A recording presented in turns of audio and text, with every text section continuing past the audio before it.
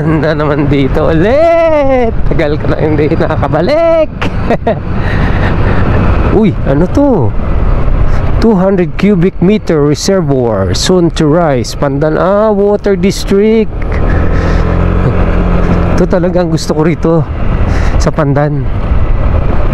Yung tubig nila, yung quality ng tubig, isa ito sa pinakamagandang lugar tirahan. Tapos yung mga majestic view dito mga lods, ay wow. Ayan na, ito na. Wow, grabe yan. Grabe, ang ganda. Ganda, tundok. Tapos dito pababa. Wow. Talaga napakaganda ng location ng bahay na to. Dito siya sa cliff overlooking dun sa baba. Ewan ko makikita ba sa camera. Tapos doon Pandan Bay yung mga lods. Ganda, no? Wow, ng view. Imagine mo yan dyan. Kwarto mo dun sa kabila, nakaharap. Paggising mo, ganun ang nakikita mo. Malawak na area.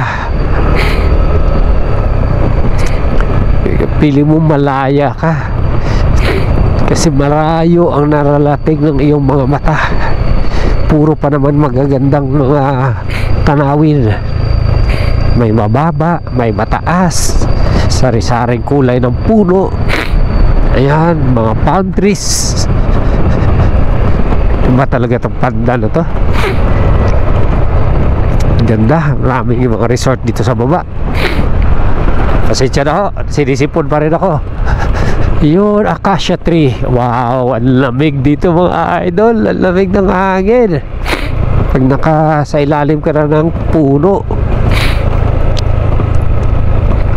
Yun. Glimpse lang yan dito sa Pandan. Ito ang unang bayan dito sa norte, probinsya ng Antique.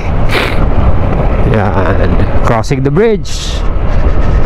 Nandito na po ang Malumpati. Alright, hindi talaga nakakasawa dito magbiyahe. Ano yun? Training, ano? Tabak. Marami papasok.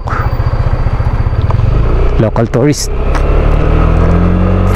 Let's go! Maraming salamat. God bless you. Babush!